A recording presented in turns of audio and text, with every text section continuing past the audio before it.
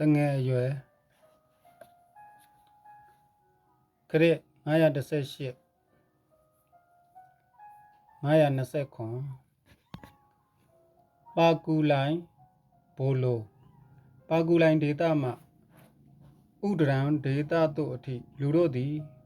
တရားဤအစားတန်ကွင်းဆက်ကြိုးကြီးများကိုအသုံးပြုကြသည်တောင်ချောက်ကမ်းပါးများကိုဖြတ်ကူးသည့်အခါ၌ယင်းတန်ကွင်းဆက်ကြိုးကြီးများ၏အကူအညီကိုယူကြရသည်ယင်းတန်ကွင်းဆက်ကြိုးကြီးများမှာဝေဟင်တွင်တွဲလဲဆွဲနေကြသည်အောက်ဘက်ကိုငုံကြည့်လိုက်သည့်အခါတွင်မူတောင်ခြေကိုလှမ်းမမြင်ရပေအကယ်၍လက်ထဲကတန်ကွင်းဆက်ကြိုးလွတ်ထွက်သွားပါကအတောင်ပေါင်းထောင်သောင်းနဲ့သည့်အတူရကယ်ကြောက်ထဲသို့လိမ့်ကျသွားဖို့ကျင်းသေးသည်တို့ဖြစ်၍ခရီးသည်တို့သည်လေထန်နေသည့်အချိန်မျိုး၌တောင်ချောက်ကမ်းပါးများကိုဖြတ်ကူးဖို့မကြိုးစားကြပေပါမီတောင်တန်းသည်ဤဥဒရံဒေသ၏မြောက်ဘက်တွင်ရှိသည်တောင်ဘက်တွင်အိန္ဒိယနိုင်ငံရှိသည်ရာသီဥတုမှာမပူလွန်းမအေးလွန်းနေထိုင်ကောင်းရုံလောက်သာရှိသည်ဤအရပ်ဒေသသည်ကောသရာပေါင်းများစွာပြန့်ကျယ်သည်ဤအရပ်ဒေသ၌စံရည်စပါးလည်းပေါများသည်လူဦးရေလည်းထူထပ်သည်တရုတ်ပြည်လင်းကြီးတောင်ချိုင်ဝမ်ကဲ့သို့ပင်ဤအရပ်ဒေသလည်းမြေဩဇာကောင်းသည်ရာသီဥတုမှာထိုတက်ပင်ကောင်းသေးသည်တိုင်းနိုင်ငံကိုအုပ်စိုးသည့်ဘုရင်သည်တတ်သက်လွတ်စားသည်ဥပုံနေများနှင့်ဘုရင်သည်ဘုံခယူသင်းစောင်းပွေစသောဒုတိယဂီတအမျိုးမျိုးဖြင့်နနက်ခင်းနှင့်ညနေခင်းအချိန်များတွင်ဗုဒ္ဓအားပူဇော်ကြော့သည်နေ့လည်နေ့ခင်းတွင်တိုင်းရေးပြည်ရေးကိစ္စကိုစီမံခန့်ခွဲသည်လူသတ်မှုကျူးလွန်သူရှိလျင်ထိုသူအားလူသတ်မှုအတွက်သေဒဏ်ပေးသည့်အနေဖြင့်လူသူကင်းမဲ့သောတောတောင်ဒေသသို့နှင်လိုက်လေသည်အချိန်ကာလအားလျော်စွာလူတို့သည်လေကွင်းထဲမြစ်ရိပ်သွင်းပေးကြသည်ထို့ကြောင့်မြေဩဇာကောင်းနေသည်လူများအတွက်လိုအပ်သည့်စားပွဲတောက်ပွဲမျိုးစုံကိုဤဒေသ၌လိုသလောက်ရရှိနိုင်သည်ဤဒေသ၌ဟင်းသည်ဟင်းရွက်အလွန်ဖြစ်ထွန်းသည်တတိဝလံအမျိုးမျိုးလည်းပေါ်သည်ညနေကျအချိန်၌ကျောင်းတိုင်များမှထိုးသည့်ခေါင်းလောင်းတံများအရက်လေးမျက်နှာမှကြားနေရသည်ရောင်စုံပန်းပွင့်များသည်စောင်းຫນွေနှစ်ဦးတူလုံး၌ပင်ဝေဝေစာစာပွင့်ကြသည်ယဟန်တန်ခါနှင့်လူဝဲကြောင်နှစ်ဦးလုံးပင်ယင်းပန်းများဖြင့်ဗုဒ္ဓအားပူဇော်ကြလေသည်အထက်ပါစာပိုက်များမှာကမ္ဘာလောကကြီးအတွင်း၌ပထမဦးစွာကျွန်ုပ်မျက်လုံးစတင်ဖွင့်သည့်နှစ်ဖြစ်သည့်ခရစ်နှစ်918ခုနှစ်၌တရုတ်ခရီးသည်ကြီးရွှင်ကျန်ရေးသားထားသည့်စာပိုက်များဖြစ်သည်ရွှင်ကျန်အရင်အနှစ်20ကတရုတ်ခရီးသည်ဖာဟီယန်ဖာရှန်သည်လည်းကျွန်ုပ်၏ဇာတိနယ်မြေဥဒရံသို့သွားရောက်ဖူးသည်တရုတ်ပြည်မှလူများသည်ခရီးစဉ်မှတ်တမ်းများကိုအငမ်းမရလေးလာဖတ်ရှုကြသည်ဆိုသည့်အကြောင်းကိုကျွန်ုပ်သည်တရုတ်ပြည်သို့ရောက်လာသောအခါအသေးချာသိရှိရသည်ယင်းအလေးအထားမှာကျွန်ုပ်တို့တိုင်းပြည်အနေဖြင့်လည်းအတူယူတိုက်သည့်အလေးအထားဖြစ်သည်ကျွန်ုပ်တို့တိုင်းပြည်၌ပုံဝတ္ထုများကိုနားထောင်သည့်အလေးအထားမူအတော်ပင်ခက်စားသည်တို့ရတွင်အဖြစ်အပျက်အမှန်ထက်စိတ်ကူးရန်ပုံဝတ္ထုများကိုပို၍မက်မောရှိကြသည်ကျွန်ုပ်တို့တိုင်းနိုင်ငံသည်တကယ်ကြီးကျယ်သည့်ကမ္ဘာလက်ခရီးသည်ကြီးများကိုမွေးဖွားပေးခဲ့သည်ယခုအချိန်၌လည်းခရစ်988တရုတ်ပြည်တစ်ခုထဲ၌ပင်ကျွန်ုပ်တို့တိုင်းပြည်မှရာထောင်မကသောယဟန်တန်ကာများနှင့်ပညာရှင်များသည်လမ်းအသွယ်သွယ်မှအခက်အခဲအမျိုးမျိုးကိုဖြတ်သန်းကျော်လွှားပြီးရောက်ရှိနေကြသည်နှစ်စဉ်နှစ်တိုင်းပင်ကျွန်ုပ်တို့၏မဟာတန်ခအဖွဲ့အစည်းကြီးသည်သာသနာတမန်သာသနာပြုကိုယ်တော်များကိုအရက်ထဝန်းကျင်သို့ဆေလွတ်ကြသည်တို့ရတွင်မိမိတို့ဥတီချက်ထားသည့်အရက်ဒေသသို့ရောက်ရှိရန်အတွက်ဘလို့တိုင်းပြည်ဘလို့အရက်များကိုဖျက်ကျော်သွားရသည်ဆိုသည်ကိုသိရှိရန်အတွက်ထိုတိုင်းပြည်ထိုအရက်ကိုဖျက်ကျော်သွားရောက်ဖူးသည့်ပုဂ္ဂိုလ်များအားစုံစမ်းမေးမြန်းယုံမှတပါအခြားနည်းလမ်းမရှိပေအကယ်၍ကျွန်ုပ်တို့၏သာသနာပြုများသည်မိမိတို့၏ခရီးစဉ်ကို အခရာရေးတင်ထားမည်ဆိုပါကဘယ်လောက်အဆင်ပြေမည်နည်း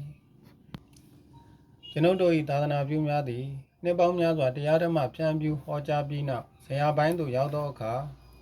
ကိုเจ้าတိုက်ကိုပြန်ပြီးနေကြသည်တို့ရတွင်အများအပြားမှမူရောက်ရရက်၌ခေါင်းချကြသည်ရောက်ရနေရာ၌မိမိတို့အယိုးကိုဖြန့်ကျဲကြသည်ယင်းအယိုးများထဲမှအချို့ကိုစုဆောင်းလျက်အခြားတန်ဃာတော်များကမိမိတို့အရက်ဒေသ၌ဇေဒီပထိုးတီထားကိုးကွယ်ကြသည်ယင်းဇေဒီပထိုးများမှာလှုံ့ဆော်အားပေးမှုရှိသည်ဖြစ်၍အခြားယဟန်ပြိုများလည်းနောင်တော့သာသနာပြုများ၏ခြေရာကိုနင်းကြသည်ကျွန်ုပ်သည်စေတရဂီရိစံကြည်နှင့်တခြားနေရာမွန်နေရာမြတ်များ၌ယင်းကဲ့သို့သောသူတော်စင်ပုဂ္ဂိုလ်များ၏ဇေဒီပထိုးများကိုအများအပြားဖူးတွေ့ခဲ့ရသည်ကျွန်ုပ်တို့ယဟန်တန်ဃာများမှမူဒေသအသီးသီးသို့ကြီးရှုလေးလာရေးနှင့်တိုင်းပြည်အသီးသီးသို့လှည့်လည်သွားလာရေးအတွက်မစွကပင်လှုံ့ဆော်အားပေးမှုရရှိပြီးဖြစ်နေသည်ယခုလောက်အရေးအတွက်များပြားသည့်တိုင်းပြည်ဒေသများအတွင်းသက်တမ်းတစ်လျှောက်ကျွန်ုပ်လှည့်လည်သွားလာနေခြင်းမှာယင်းလှုံ့ဆော်အားပေးမှု၏အကျိုးအာနိသင်ပင်ဖြစ်လေသည်အကယ်၍ကျွန်ုပ်လည်းမိမိနှင့်တပည့်တည်းသာခရီးသွားပုဂ္ဂိုလ်များကဲ့သို့ခရီးစဉ်မှတ်တမ်းရေးသားမှုကိုစိတ်ဝင်စားမှုမရှိဘူးဆိုပါကမိမိခရီးစဉ်ကိုမှတ်တမ်းမှတ်ရအခရာတင်ပြခြင်းမှတင်ပြပေလိမ့်မည်တို့ရတွင်တရုတ်သတင်းသုံးပေါ်များကိုမြင်တွေ့ရသည့်အခါကျွန်ုပ်လည်းနောက်လာနောက်သားများအတွက်မိမိခရီးစဉ်မှတ်တမ်းကိုရေးသားထားခဲ့လိုသည့်စန္ဒပြင်းပြဖြစ်ပေါ်လာခဲ့သည်တို့ရတွင်ကျွန်ုပ်ရေးသားထားခဲ့သည့်ခရီးစဉ်မှတ်တမ်းသည်ကျွန်ုပ်၏တိုင်းသူပြည်သားများလက်ထဲရောက်သွားပြီးကျွန်ုပ်၏တိုင်းသူပြည်သားများကထိုမှတ်တမ်းကိုအသုံးချနိုင်သည့်အထိရောက်ပါမည်လားဟုကျွန်ုပ်တန်တရားဖြစ်မိသည်အထက်ပါစာပိုက်ဖြင့်တရုတ်ခရီးသည်ရွှင်ကြံကြီးကျူးရေးသားထားသည့်ဥဒရန်နယ်မြေ၌ကျွန်ုပ်ကိုမွေးဖွားသည်ကျွန်ုပ်၏ဇာတိနယ်မြေအကြောင်းကိုရေးထားသည့်အထက်ပါစာကိုမူကျွန်ုပ်သည်တရုတ်ပြည်ရောက်မှဖတ်ရသည်မည်သူမဆိုကိုဇာတိဒေသကိုချစ်ကြခင်ကြသည်ကြီးပင်တို့ဖြစ်၍တိုင်းပြည်ဒေသတစ်ခုခု၏အယုတ်ဆိုးပုံအကြီးတန်းပုံကိုကျွန်ုပ်မပြောပြလိုပေတို့ရတွင်ကျွန်ုပ်၏ဇာတိဖြစ်သည့်ဥဒရံမှာမူတကယ်ပင်နတ်ပြည်နတ်လောက၏ဥယျာဉ်ဗိမာန်ဥဒရံဖြစ်သည်ဟုပင်ပြောပြခြင်းသည်မြောက်ဘက်၌ရှိသောပယုတ်ကဲ့သို့ဖွေးဖြူနေသည့်စီးနှင်းများဖုံးလွှမ်းထားသည့်မြင်မတီခေါင်သည့်တောင်ထွတ်အတန်းကြီးများမှာဘယ်လောက်လှပသည်ဟုထင်ရသည်ကျွန်ုပ်သည်ကလေးအမြင်ကလေးအကြည့်ဖြင့်ရင်းဖြူဖွေးသည့်တောင်ထွတ်တောင်တန်းကြီးကိုပထမဆုံးအကြိမ်တွေ့မြင်လိုက်ရသည့်ခဏ၌သိရှိခံစားခဲ့ရသောရင်းချွန်ထွက်နေသည့်ဇေဒီပထိုးပုံတံတောင်တန်း၏အလှသည်ယနေ့အနှစ်80အရွယ်၌မိမိ၏အမတ်တညာကားချက်ထဲ၌ရေးဆွဲမှတ်သားထားသည့်ရင်းရှုခင်းကိုပြန်ကြည့်လိုက်သည့်အခါ၌လည်းနည်းနည်းကလေးမှရော့နေသွားသည်ကိုမတွေ့ရပေဤစကားကိုပြောခြင်းမှာလဲတောင်ထောင်ပေါင်းများစွာကိုကြည့်ရှုပြီးသည့်နောက်မှတိုင်းပြည်ဒေသရာပေါင်းများစွာကိုလေ့လာပြီးသည့်နောက်မှပြောခြင်းဖြစ်သည်ကဘာကြီးကမြည်မြစမ်းကြယ်သည်တီဟိုကျွန်း၌နေစဉ်ကကျွန်ုပ်သိမြင်ခဲ့ရသည်တီဟိုကျွန်း၌12လလုံးလုံးနှွေဥဒုနှင့်မောဥဒုနှစ်ဥဒုသာရှိသည်အကယ်၍ရှရီပါဒတောင်ပေါ်သာမတက်ဘူးဆိုလျှင်တီဟို၌စောင်းဥဒုပြောင်းနေသည်ကိုတွေ့ရပေမည်ရင်းကိုထောက်၍တောင်ပေါ်မြင့်ရာသို့ရောက်သွားလေအေးလေဖြစ်သည်ဆိုသည့်အချက်ကိုသိရှိရပေသည်ကျွန်ုပ်တို့၏ဥဒရံ၌အေးလွန်ခဲ့ခြင်းမှာထိုအကြောင်းကြောင့်ပင်ဖြစ်တန်ရသည်နှွေဥဒုအချိန်သမယ၌ပင်ဖြစ်စေကမူကျွန်ုပ်တို့သည်သားမွေးတယ်များကိုဝတ်ထားရသည်တီဟိုကျွန်းလိုနိုင်ငံများ၌ကားရင်းအချက်ကိုစိတ်ကူးတဲ့ထဲကြည့်၍ပင်မရပေတီဟိုယဟန်များသည်ညာဘက်ပခုံးကိုဖော်ပြီးတင်ငန်းကိုဝေယုံကြသည်ဥကောင်းကိုလည်းမဖုံးလွှမ်းပဲထိုတိုင်းထားကြသည်အကယ်၍သူတို့သည်ဥဒရံ၌စောင်းဥရုအချိန်နေကြမည်ဆိုလျှင်ထိုဒေသ၌ညာဘက်ပခုံးနှင့်ဥကောင်းကိုဖော်ပြီးနေခြင်းသည်သေမင်းကိုလက်ရက်ခေါ်ခြင်းပင်ဖြစ်သည်ဆိုသည့်အကြောင်းကိုသိရှိနားလည်သွားပေလိမ့်မည်နတ်လူတို့၏ဆရာရှင်ဖြစ်တော်မူသောရှင်တော်ဗုဒ္ဓကကိုတတ်သေးခြင်းသည်ကဲ့ရဲ့ရှုတ်ချအပ်သည့်အလုပ်ဖြစ်သည်ဟုမိန့်ကြားထားတော်မူသည် အသက်ကိုကာကွယ်ရန်အတွက်စေနီအမျိုးမျိုးကိုညွှန်ကြားပြောပြထားတော်မူသည်ထို့ကြောင့်သူကိုဘေးသစ္စာဂုရုမဟာသမားတော်ဘေးသစ္စာဂုရုဟူသောအမည်နာမဖြင့်လည်းကျွန်ုပ်တို့ရှ िख ိုးပူဇော်ကြခြင်းဖြစ်သည်ဘေးသစ္စာဂုရု၏အစုံအမဒေသနာတော်အရကျွန်ုပ်တို့ထဲကယဟန်တန်ဃာပေါင်းများစွာတို့သည်စေပညာကိုလေ့လာသင်ကြားပြီးယောဂဝေဒနာတွေများကိုစေဝါကုသပေးကြသည်အရိုင်းကအရိုင်းဆုံးလူမျိုးများသည်ပင်ဗုဒ္ဓဘာသာယဟန်တန်ဃာများကိုတွေးလိုက်ရသည်နှင့်တပြိုင်နက်ပြပြတလဲအယိုအသေးပြုခြင်းရှ िख ိုးခြင်းကိုပြုလုပ်ကြသည်ယင်း၏အဓိကအကြောင်းတရားမှာကျွန်ုပ်တို့အားဘေးသစ္စာဂုရု၏တပည့်တစ်ပန်းများဟုထင်မှတ်ယူဆထားကြခြင်းဖြစ်လေသည်ကျွန်ုပ်သည်အခြားသောသတင်းသုံးပေါ်မိတ်သင်္ဃာများကဲ့သို့စေပညာကိုထူးထူးခြားခြားလေ့လာသင်ကြားထားမှုမရှိတော့လဲမတောက်တကောက်ခောက်မိထားသည့်ကုထုံးကူနီးများဖြင့်ပင်ကျွန်ုပ်၏ခရီးများ၌ကျွန်ုပ်အတွက်အကူအညီအထောက်အပံ့များစွာရရှိသကဲ့သို့ပင်မိမယောက်ျားပေါင်းများစွာတို့သည်လည်းအကျိုးကျေးဇူးများစွာရှိခဲ့ကြသည်ဥဒရံသည်တွား၍မလွယ်သည့်တောင်ကျတောင်ကြား၌တည်ရှိနေသည့်နတ်ပြည်နတ်ရွာကဲ့သို့သောတိုင်းပြည်ဒေသဖြစ်သည်ထို့ရာတွင်မြောက်ပိုင်းဒေသများတွင်လှည့်လည်သွားလာခဲ့သည့်အခါတုန်းကကျွန်ုပ်သည်နယ်မြေအချို့ကိုရောက်ခဲ့ဘူးသည်ထိုနယ်မြေအချို့၌တောင်ထွတ်တောင်ထိပ်တွင်မဟုတ်ဘဲအေးသောပင်လယ်ဘိုးကာရီအိုင်အေးသောပင်လယ်ကမ်းခြေ၌နှွေခေါင်ကောင်ကြီးတွင်ကျွန်ုပ်တို့၏အနိမ့်ပိုင်းရွာများ၌စောင်းဥရုကာလတွင်ကြုံရတတ်သည့်အေးမျိုးကိုကြုံခဲ့ရသည်ထိုနယ်မြေဒေသများမှစောင်းဥရုအေးမျိုးကိုမူကိုတိုင်းပြည်ဒေသ၌ကျွန်ုပ်သည်ခံမှန်း၍ပင်မကြည့်တတ်အောင်ဖြစ်နေသည်ကမ္ဘာမြေအပြင်၌ဘယ်လောက်ထူးခြားစမ်းကြယ်သည့်နေရာဌာနများရှိနေကြသနည်းခရီးသည်သည်ရောက်လေရာရာအရ၌ကြည်နူးပွဲရှုခင်းရှုွက်များကိုများစွာတွေ့မြင်ရတတ်သည်ကိုဇာတိရရွာကိုဦးစားပေးလွန်းသည်ဟုဆိုခြင်းဆိုကျွန်ုပ်သည်ဥဒရံနယ်မြေဒေသကိုအလွန်တရိရသည်မိမိအယိုးများကိုရင်းတို့ကိုမွေးဖွားပေးသည့်နယ်မြေအားပြန်ပေးနိုင်လျင်ကျွန်ုပ်အတိုင်းမသိပီတိသောမနတဖြစ်ပေလိမ့်မည်တို့ရတွင်ဗုဒ္ဓ၏ဒေသနာတော်အတိုင်းတံကုတ်တေထလဗ္ဗာ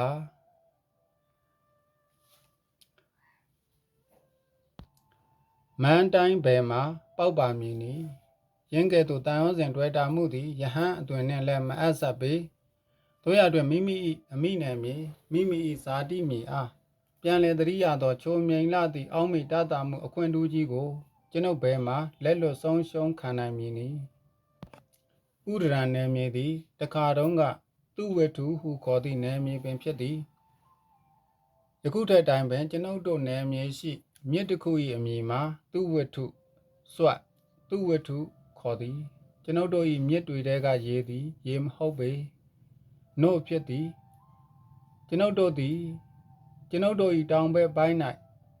ကန္နာရဒေသသို့ရောက်သွားသည်မှထိုအချက်ကိုဥစွာသဘောပေါက်လေသည်သူဝတ္ထုမှာလှပသောဝတ္ထုအင်္ဂေဟာလှပသောဝတ္ထုများရှိသောကြောင့်ခေါ်သည့်အမည်နာမဖြစ်သည်ယခုအခါတွင်ကချိုသောအရသာရှိသောတည်တည်ဥယျာဉ်များအများအပြားရှိသောကြောင့်ဥဒရံဟုတွင်နေခြင်းဖြစ်သည်ကပိရှာကာဗုကပိရှာအယတ်ဒေသမှစပြစ်သည်စဘူဒိတ်အိန္ဒိယစဘူဒိတ်တစ်ခွင်လုံး၌ထင်ပေါ်ကျော်ကြသည်တို့ရတွင်ကျွန်ုပ်တို့ဥဒရံကထွက်သည့်စပြစ်သည်ထက်သာသည်ဟုကျွန်ုပ်မထင်စပြစ်သည်ကောင်းသလောက်ထင်ပေါ်ကျော်ကြမှုမရှိခြင်းမှာအရောက်အပေါက်ခဲရင်းသည့်ကျွန်ုပ်တို့တောင်ပေါ်ဒေသတွင်မှစပြစ်သည်ကြောင့်များကိုတခြားနေရာဌာနများသို့တဲဆောင်ယူငင်ဖို့ရန်ခဲရင်းသောကြောင့်ဖြစ်တန်ရသည်ကျွန်ုပ်တို့၏တဖန်သီးများနှင့်တခြားအသီးများလည်းအလွန်အရသာရှိပေသည်မေဇိမဒေသအိန္ဒိယပြည်ဥဒရာပရာဒေ့ရှ်နယ်နှင့်ဘီဟာနယ်မေဇိမဒေသမှယဟန်များသည်ကျွန်ုပ်တို့ဒေသ၏အေးလွန်ကဲပုံကိုကြားသိရသည့်အခါကျွန်ုပ်တို့ဒေသသို့လာဖို့တွန်းဆုတ်သွားကြသည်တို့ရတွင်သူတို့ကိုကျွန်ုပ်မိမိဒေသ၏နို့ရည်ရှိသောမြင်းများအကြောင်းနှင့်အမြတ်အရသာနှင့်ပြည့်စုံသည့်တတိဝလံများအကြောင်းကိုပြောပြလိုက်သည့်အခါတွင်ကသူတို့သည်ကျွန်ုပ်တို့ဒေသသို့လာရောက်ဖို့ရန်စိတ်အားထက်သန်သွားကြပြန်သည်ကျွန်ုပ်တို့ဒေသ၏ရာသီဥတုအကြောင်းကိုပြောပြ၍သူတို့ဘယ်မှသဘောပေါက်မည်နီ ထိုနည်းအတိုင်းပင်ကျွန်ုပ်တို့ဒေသကလူများနှင့်ဤချန်ကန်မြို့မှလူများသည်လည်းဘာယာနတိနှင့်ဇေတဝင်ကျောင်းတို့တွင်ຫນွေဥဒုကာလများ၌ကြုံတွေ့ရတတ်သည့်အုပ်ဖို့ဖိုတကဲ့သို့အပူလွန်ကဲနေပုံမျိုးကိုသဘောပေါက်နိုင်မည်မဟုတ်ပေ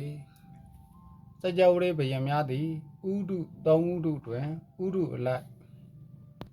ပြတ်သက်တဆောင်စီမှနေကြတကဲ့သို့ကျွန်ုပ်တို့ဥဒရံသူဥဒရံသားတို့သည်လည်းဥဒုအလိုက်တရွာစီပြောင်းပြည်နေကြသည်စောင်းဥဒုမှာကျွန်ုပ်တို့သည်မြင်းများ၏အခြေဘက်သွားနေကြသည်တခါတရံတိရွက်များအမြဲတစေစိမ့်လန်းပြီး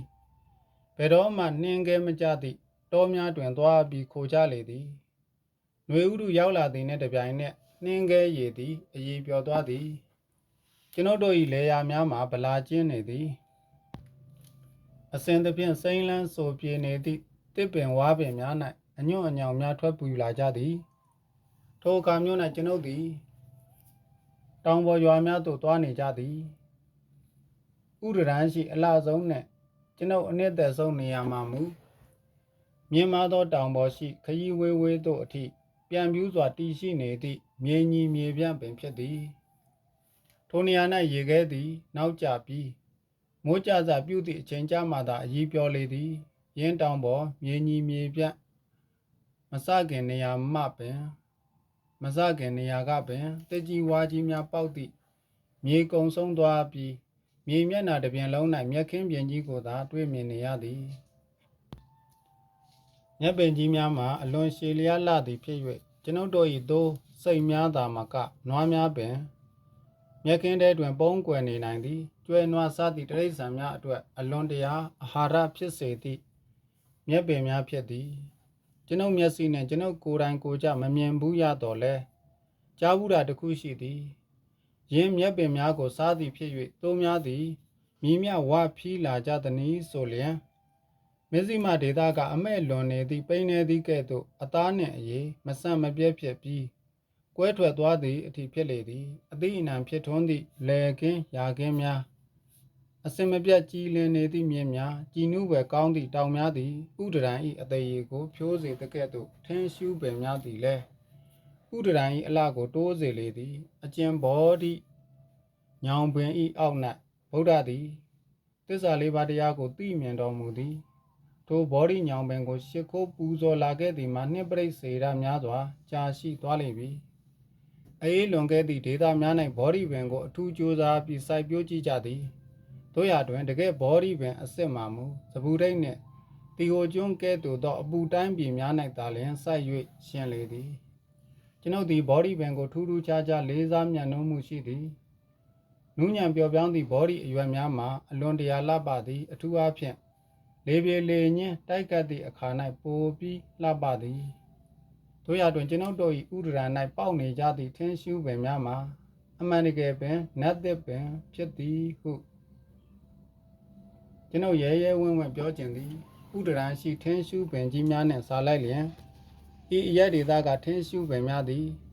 ကုဝေဒနမင်းကြီးရှေးမောင်၌ရောက်နေသည့်လူဘူးကလေးများကဲ့သို့ပိစီညက်ကလေးသာဖြစ်နေပေသည်တောင်လုံးကိုဖုံးအုပ်ထားပြီးမိုးစွန်တစ်ဖြားမြင့်မားထိုးထွက်နေသောအထွက်ရှိသည့်ကျဲပြန့်ကြီးများသည့်ရင်းသစ်ပင်ကြီးများသည်အလွန်တရာပင်ကြည်နူးပဲကောင်းလာသည်အပင်အောက်၌ကြွေကြပြန်ကျဲနေသည့်သစ်ရွက်ချောင်များသည်တရေရေကိုဖြန့်ခင်းထားသည်နှင့်တူနေသည်ပင်စီပင်လုံးများမှရနံ့တသင်းသင်းထွက်နေသည်ကျွန်ုပ်တို့၏အိမ်များတွင်ထင်းရှူးသားများကိုသာလျှင်အသုံးများပေသည်အိမ်နံရံများကိုလည်းကြောက်သားထက်ထင်းရှူးသားများဖြင့်လှုပ်သည်ကသာလျှင်များလေသည်ကလေးငယ်ဘဝကပင်စပြီးကျွန်ုပ်သည်ထင်းရှူးသား၏သင်းရနံတဲတွင်အသက်ရှူလာခဲ့ရလေသည်ယခုလည်းဤအရက်ဒေသဤချန်ကန်မြို့၌ကျွန်ုပ်သည်ထင်းရှူးသားကျောင်းကိုရင်းရည်ရွယ်ချက်ဖြင့်သာလျှင်ဆောက်လုပ်ထားခြင်းဖြစ်သည်တို့ရတွင်ဤအရက်ဒေသကထင်းရှူးသား၌ထိုအရက်ဒေသကထင်းရှူးသားမျိုး၏ဂုံမျိုးဘယ်မှာရှိမည်နည်းအမတ်တညာသည်ငါကိုလှဲစားများနေသလားရှိသည်မြအရာဝတ္ထုကိုနှစ်လိုပွဲကြီးဖြစ်အောင်ပြုလုပ်ဖန်တီးသည်မှာကလေးငယ်ဘဝ၏ရိုးသားသောအမြင်ရိုးသားသောအကြည့်၏အပြစ်တော်မဟုတ်တန်ရာ ကျွန်ုပ်သည်လိုသည်ထက်ပိုပြီးကိုဇာတိနယ်မြေကိုအမွန်းမတင်လိုပေအကြောက်တိုင်လည်းမကြွားလိုပေတို့ရတွင်ကိုဇာတိနယ်မြေ၏ဂုံတူးဝိသေသများသည်ကျွန်ုပ်ကိုထုတ်ပေါ်မပြောအောင်အတင်းအာဓမဖန်တီးနေကြသည်ဖြစ်၍ကျွန်ုပ်မြည်တို့မြမတတ်နိုင်တော့ပေမြည်သည့်အကြောင်းအရာနှင့်ပတ်သက်လူမျိုးများစွာတို့သည်ကိုယ်ပိုင်မှတ်ချက်ကိုယ်ပိုင်သတ်မှတ်ချက်ရှိကြသည်ကျွန်ုပ်တို့နိုင်ငံတွင်ခရီးအကွာအဝေးကိုကောတာဖြင့်၎င်းယူဇနာဖြင့်၎င်းတိုင်းတာသတ်မှတ်ကြသည်တရုတ်ပြည်၌မူလီဖြင့်ရေတွက်ကြသည်ကျွန်ုပ်တို့၏တကောတာ၌၄လီရှိသည်တရုတ်ပြည်ကလူများသည်ခရီးအကွာအဝေးကိုလီဖြင့်ပြောလျင်အလွယ်တကူနားလည်ကြသလောက်ကောတာသို့မဟုတ်ယူဇနာဖြင့်ပြောလျင်နားမလည်ကြပေကျွန်ုပ်တို့နိုင်ငံကလူများသည်ဖြူသောအသားအရောင်ရွှေဝါရောင်သပင်ညိုပြသောမျက်လုံးများကိုအလှ၏လက္ခဏာဟုထင်မှတ်ယူဆကြသည်တရုတ်ပြည်ကလူများကမူယင်းလက္ခဏာများကိုမြောက်ပုံတရံဟုပြောကြသည်ရှေလျားတွေ့တန်းပြီးမြင့်တက်နေသည့်နှာခေါင်းကိုကျွန်ုပ်တို့ကလှသည်ဟုထင်ကြတော်လဲတရုတ်လူမျိုးတို့ကမူတောင်ဘိုးဟုပြည့်ရပြုကြသည်အစားအသောက်နှင့်ပတ်သက်၍လည်းကိုယ်ပိုင်အကြိုက်ရှိကြသည်မာဂရာတိုင်းကတလေးစပါးသည်အလွန်တရာအရသာရှိသည်ဆိုသည်ကိုကျွန်ုပ်မငင်းလို့တို့ရတွင်ကျွန်ုပ်အဖို့အရာမူဥဝဲဆိုကြဲကအကျင့်ပါလာသည့်ဂျုံဖြင့်လှုပ်သည့်ယိုတီမုံကိုအရသာတွေ့သလောက်ယင်းတလေးဆန်ထမင်းကိုအရသာမတွေ့ပေစားနှင့်ထဲပြုတ်ထားသည့်အသားပြုတ်ကိုကျွန်ုပ်နှစ်သက်သည်ထက်ကင်ထားကြော်ထားသည့်ငါးကိုမာဂရာတိုင်းကပိုပြီးနှစ်သက်ကြသည်ဒုတိယဂီတနှင့်ပတ်သက်၍လည်းအကြိုက်ချင်းမတူကြပေတရုတ်လူမျိုးများသည်ကျိုးတက်ထားသည့်စောင်းကဲ့သို့သောဒုတိယမျိုးကိုတန်ဖိုးမထားကြပေယင်းဒုတိယများ၏အတန်များသည်ကျွန်ုပ်တို့အတွက်မူနဝင်ချိုလာသည်ဥဒရံသူဥဒရံသားတို့သည်အသွေးအယောင်နှင့်ရုပ်ရည်ယူပကာယတွင်အလွန်တရာလှပကြသည်တရုတ်ခီးသည်တို့သည်ကျွန်ုပ်တို့၏အသွင်သဏ္ဍာန်နှင့်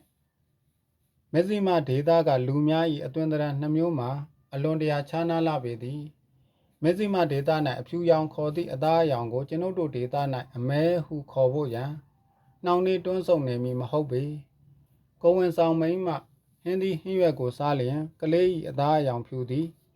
ရင်းစကားကိုမဇ္ဈိမဒေသတွင်ကြားရသောအခါကျွန်ုပ်ပြုံးမိလေသည်ကျွန်ုပ်တို့ဥဒရံ၌မူအသားညိုသောသို့မဟုတ်မဲသောသူကိုတယောက်တလေမှပင်မတွေ့ရပေဟင်းသည်ဟင်းရွက်ပေါ်သည့်ရာသီ၌ကျွန်ုပ်တို့ဒေသရှိကိုဝင်ဆောင်များသည်ဟင်းသည်ဟင်းရွက်များကိုလှိုင်စားကြသည်ရုပ်လက္ခဏာမှာမိဘအခရာဖြစ်သည်ဟုကျွန်ုပ်ထင်သည်တရုတ်နှင့်တူရုရှားကလူမျိုးတို့တွင်အသားညိုသောသို့မဟုတ်မဲသောသူကိုမမြင်တွေ့ရပေတို့ရတွင်သူတို့၏နှာခေါင်း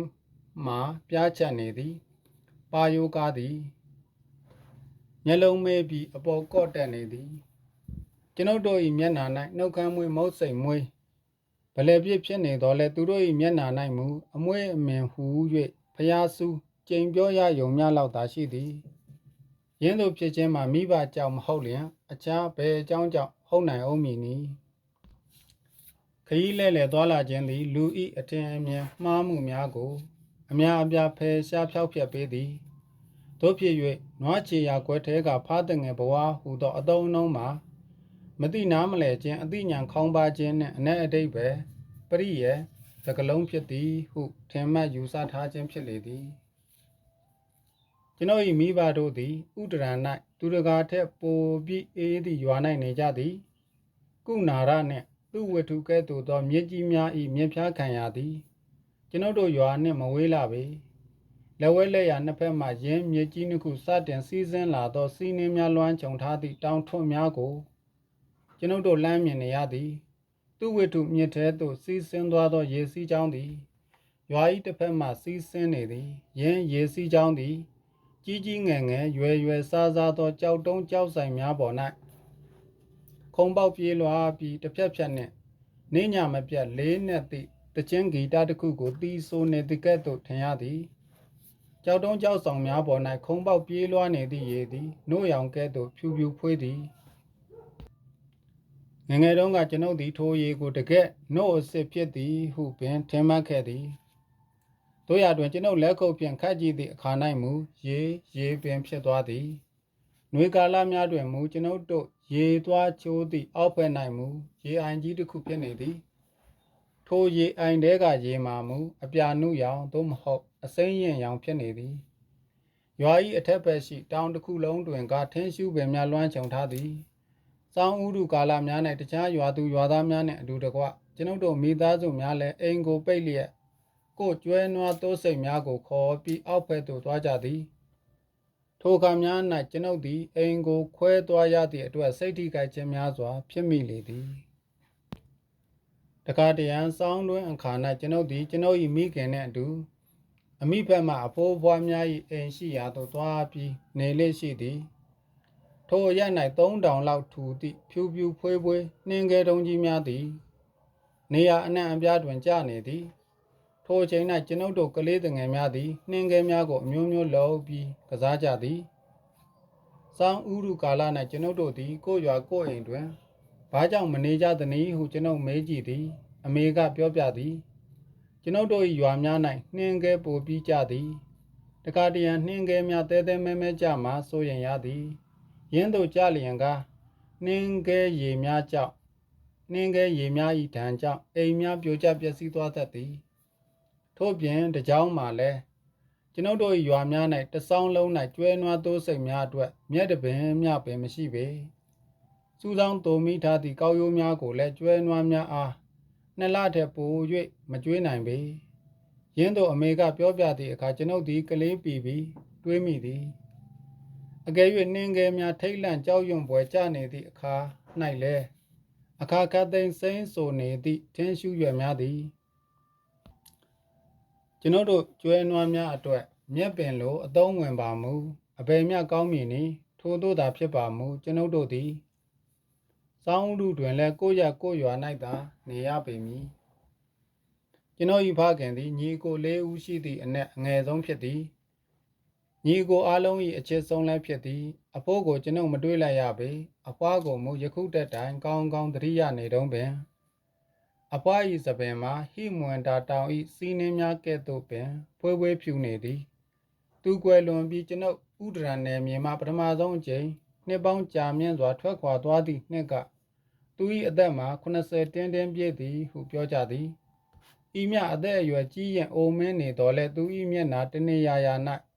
အရေတွန့်နေသည်ကိုမတွေ့ရပေအရက်အမောင်းမှာတခြားမိန်းမများထက်ပိုပြီးမရှိတော်လဲအဖွားသည်အခြားမိန်းမများထက်ပိုပြီးကျမ်းမာတန်ဆွမ်းသည်တောင့်တင်းခိုင်မာသည်အဖွားသည်ကျွန်ုပ်ငယ်ငယ်တုန်းကကျွန်ုပ်ကိုပုံဝတ္ထုအမျိုးမျိုးပြောပြတတ်သည်ကျွန်ုပ်၏ဦးကြီးနှစ်ယောက်မှာယဟန်ဖြစ်သွားကြသည်တတိယညီတွင်လည်းသားသမီးနှစ်ယောက်ထွန်းကားသည်တို့ဖြစ်၍အိမ်တော်မိသားစုတဲ၌အဦးဆုံးသားအဖြစ်ကျွန်ုပ်မွေးဖွားလာသည့်အခါတွင်တိမ်လုံးကဝိုင်းပြီးကျွန်ုပ်ကိုဖူးဖူးမှုတ်ထားကြလေသည်ထို့နောက်ကျွန်ုပ်၏ညီနှစ်ယောက်ဖွားမြင်လာသည်ကျွန်ုပ်ယဟန်ပြုခွင့်ရခြင်းမှာယင်းညီနှစ်ယောက်၏ကျေးဇူးကြောင့်ဖြစ်သည်ဗုဒ္ဓသည်မိဘ၏ခွင့်ပြုချက်မရရှိဘဲမည်သူကိုမျှယဟန်ပြုခွင့်မပေးရဟု၍တန်ခါအားတားမြစ်ပိတ်ပင်ထားသည်တူတဲ့သောသားဖြစ်နေသည့်အခြေအနေ၌ကျွန်ုပ်၏မိဘနှစ်ပါးသည်ကျွန်ုပ်အားမြည်သည့်နည်းနှင့်မျှယဟန်ပြုခွင့်ပေးမည်မဟုတ်သည်မှာလင်းပါပွယ်မရှိပေကျွန်ုပ်၏ညီငယ်ဆုံးဖွားမြင်သည့်အချိန်၌ကျွန်ုပ်၏မိခင်သည်မိတွင်ထဲမှပင်ကွယ်လွန်သေဆုံးသွားရှာသည်ထိုအချိန်၌ကျွန်ုပ်၏အသက်မှာ10နှစ်ရှိပြီကျွန်ုပ်၏နှလုံးသားသည်နေ့စဉ်နှင့်အမျှမိခင်စားနေသည်ယင်းစာလောင်မွတ်သိမ်မှုကိုတင်းတိမ်ပြေပြောက်သွားစေရန်အတွက်ဖွားကကြိုးစားရှာသည်မိခင်ကွယ်လွန်သွားသောအခါဖခင်ကနောက်အိမ်တောင်ပြုသည်ကျွန်ုပ်၏မိတွင်၌ရေပုံရအားဖြင့်မိတွင်များတွင်တွေ့ရတတ်သည့်သဘောလက္ခဏာများကင်းသည်ဆိုသည့်အချက်ကိုကျွန်ုပ်အနေဖြင့်ဝန်ခံရမည်ယင်းသို့ဖြစ်ရခြင်းမှာလည်းဦးကြီး၏ခေမှဖြစ်နေခြင်းသည်အကြောင်းတရက်ဖြစ်ကောင်းဖြစ်ပေလိမ့်မည်ကျွန်ုပ်တို့၏ဥဒရံသည်ဗုဒ္ဓဘာသာတိုင်းပြည်လုံးဖြစ်သည်အရှိဘက်ကအိမ်နီးချင်း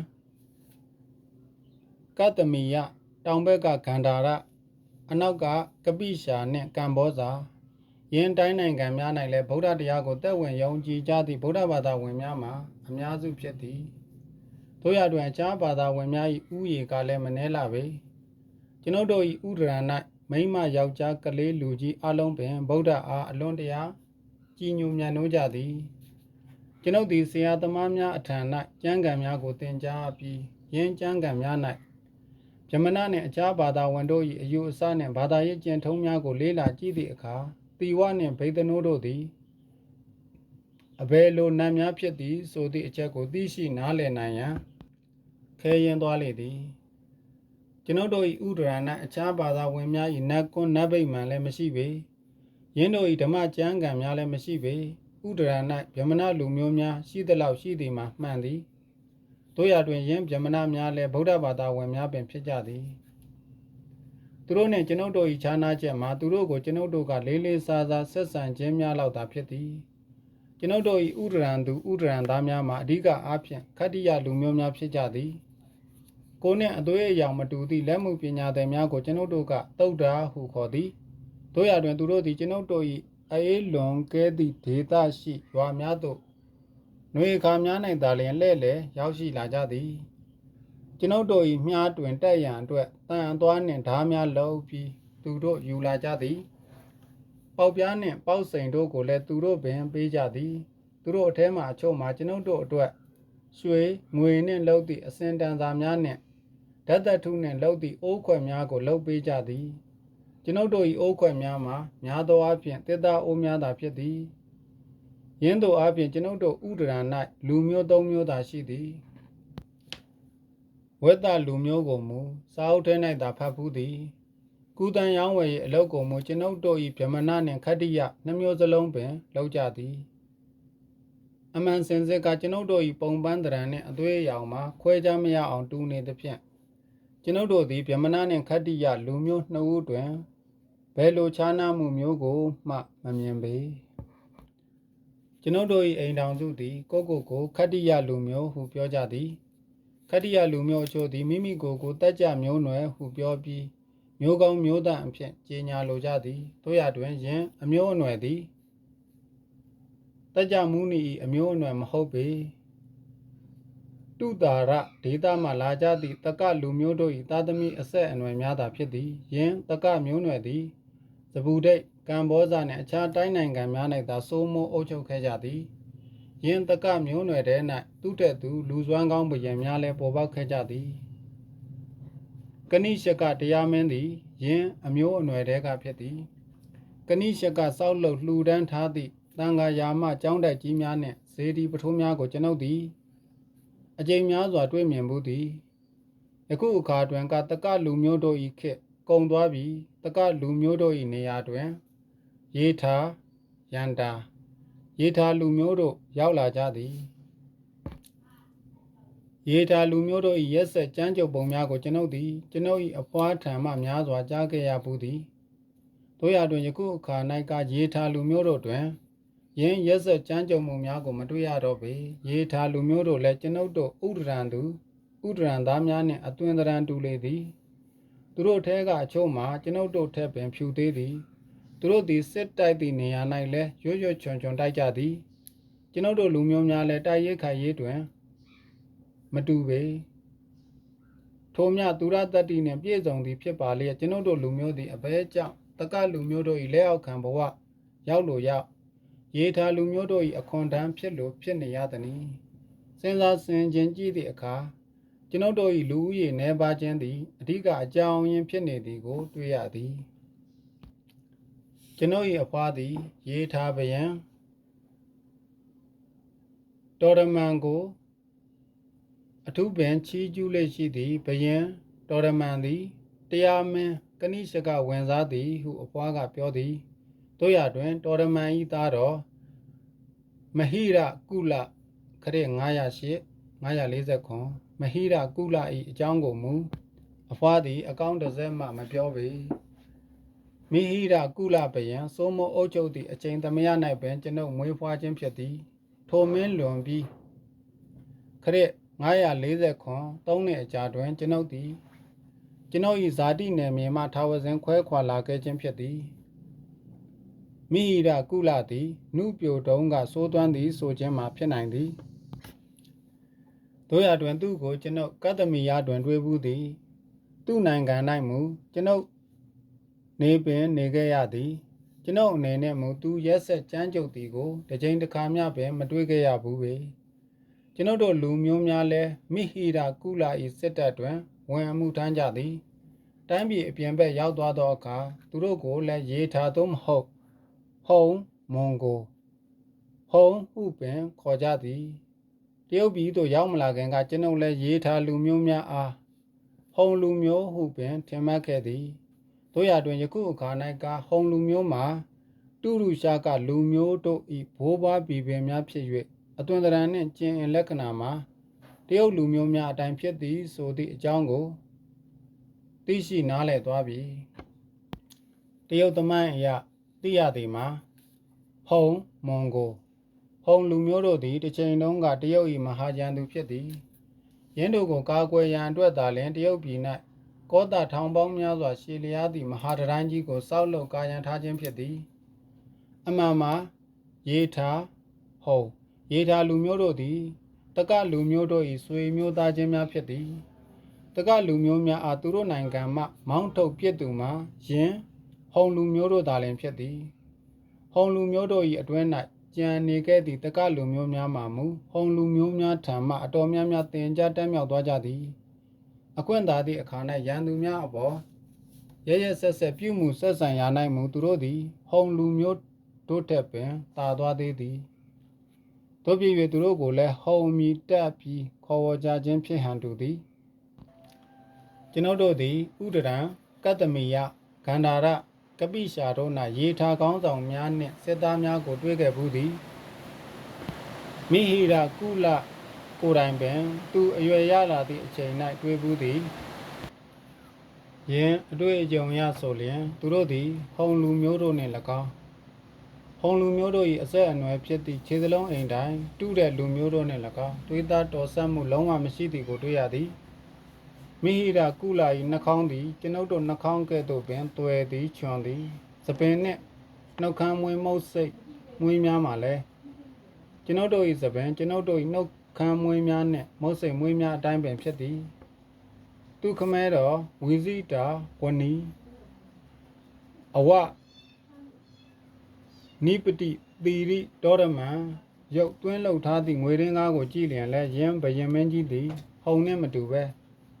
ကျွန်ုပ်တို့နှင့်သာပုံသဏ္ဍာန်တူနေသည်ကိုတွေ့ရသည်အမှန်စင်စစ်ကား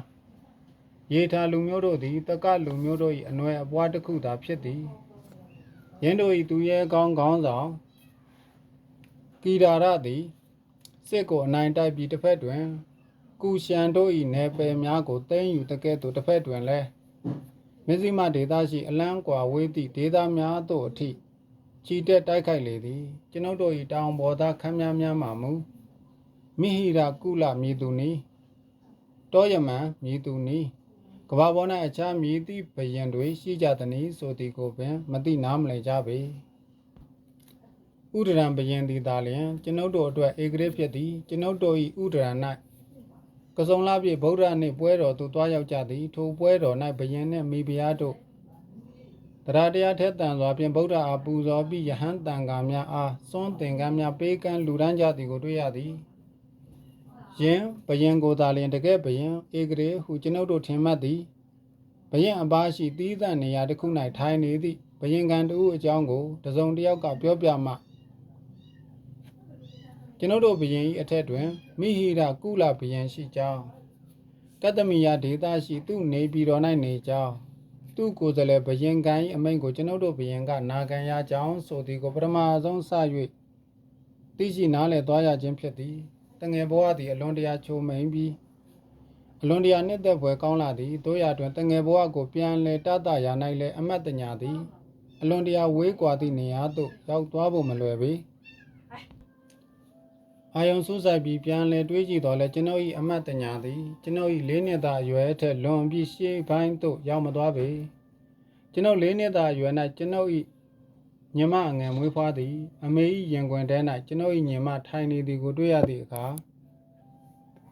ကျွန်ုပ်မနာလိုဝင်တိုစိတ်များစွာဖြစ်မိသည်ကျွန်ုပ်သည်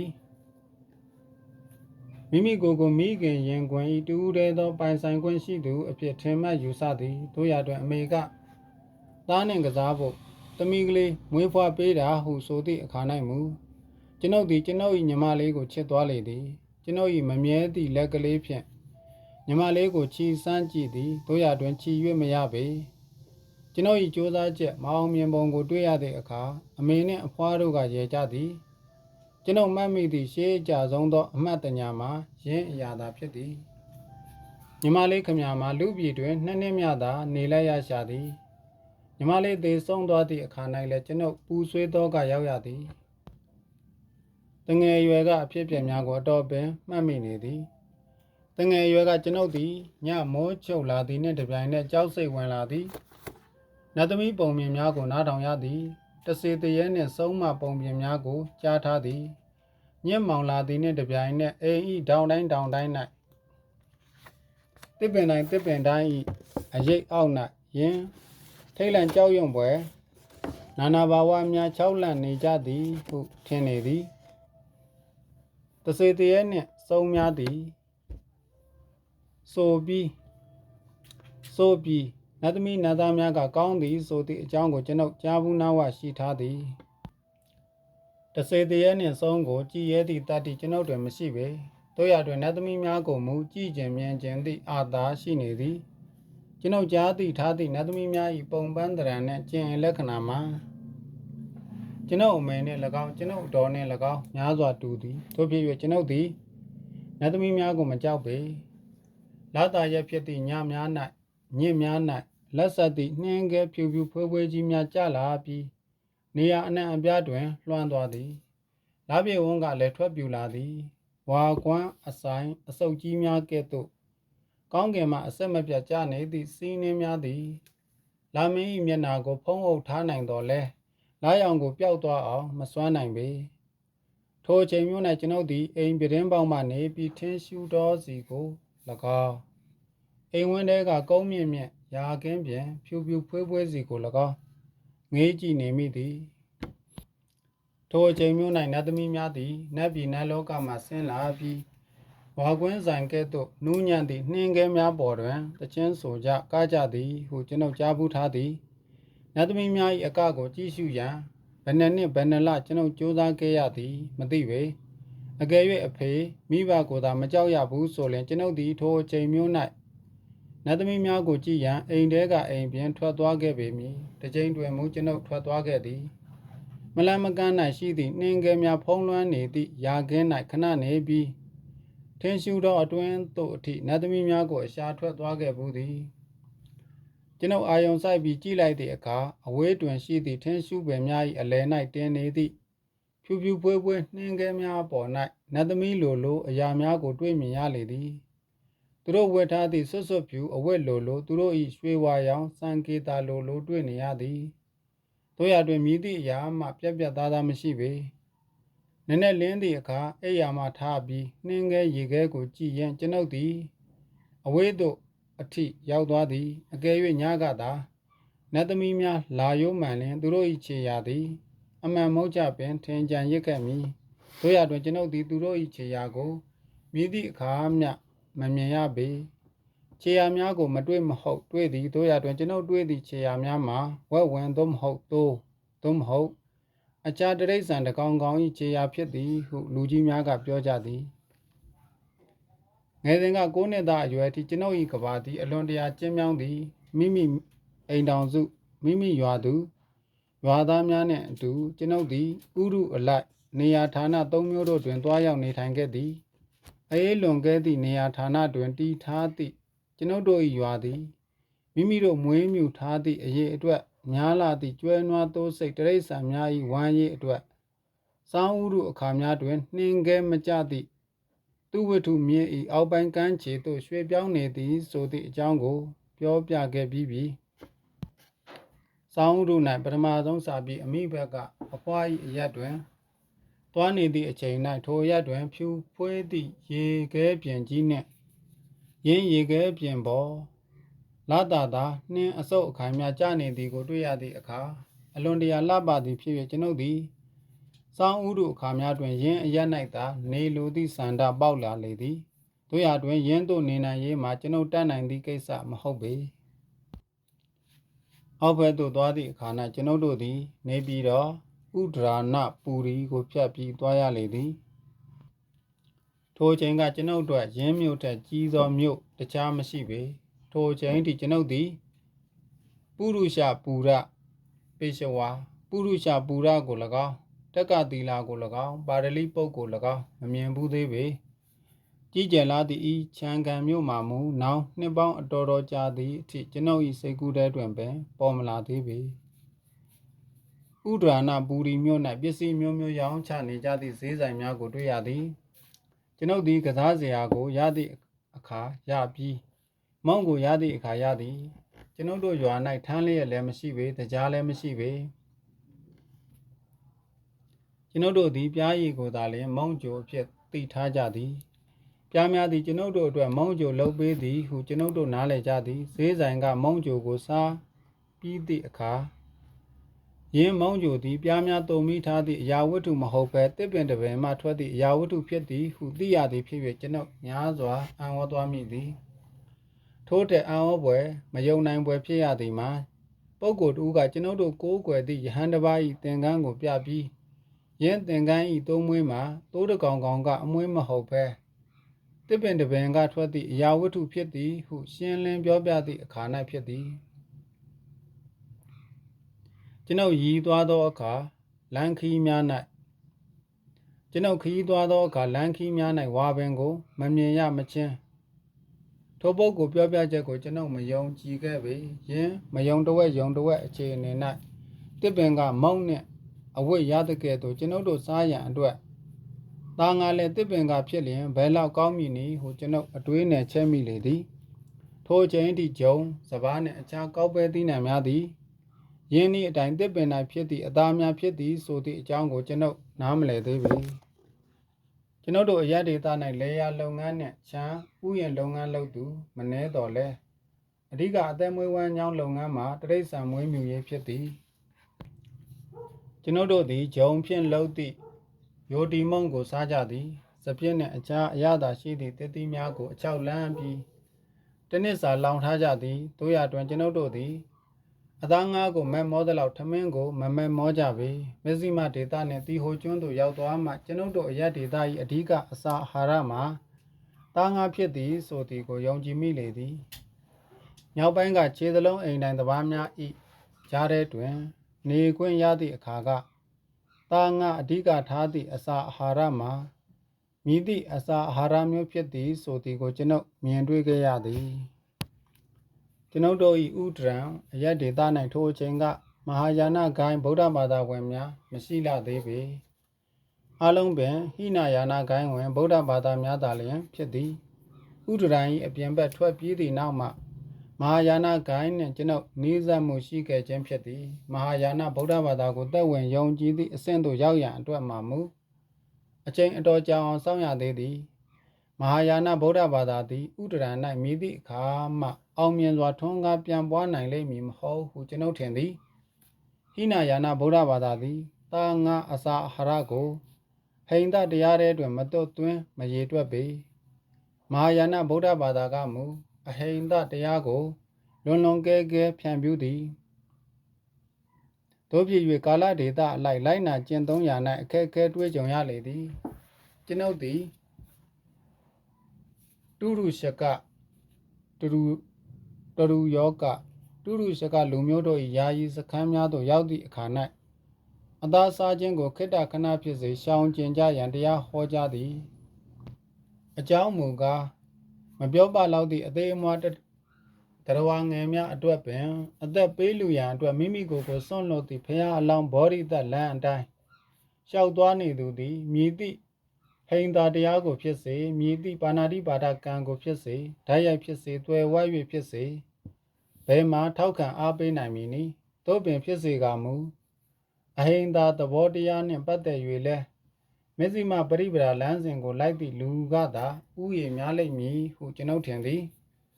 ကျွန်ုပ်သားငါးကိုမထိသည်မှာနှစ်ပေါင်း30မြကြာရှိသွားခဲ့ပြီဥဒရံ၌မူယခုလဲ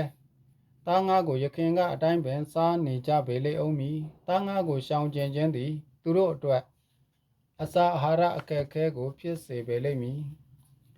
ကလေးအမြင်ကလေးအသည့်ဖြင့်ထိုစဉ်ကကျွန်ုပ်သည်အမျိုးမျိုးတွေးတောခဲ့ဘူးသည်နတ်သားနတ်သမီးများကိုတွေ့လိုမြင်လိုသည့်စိတ်ဆန္ဒလည်းရှိခဲ့သည်ထို့ပြင်စီးနှင်းများအစဉ်ထာဝရဖုံးလွှမ်းနေသည့်အရှိစူးစူးကတောင်ထွတ်တောင်တန်းများ၌ယဟန္တာနှင့်ဘုရားအလောင်းများသတင်းသုံးနေထိုင်ကြသည်ဟုကြားရ၍ကျွန်ုပ်သည်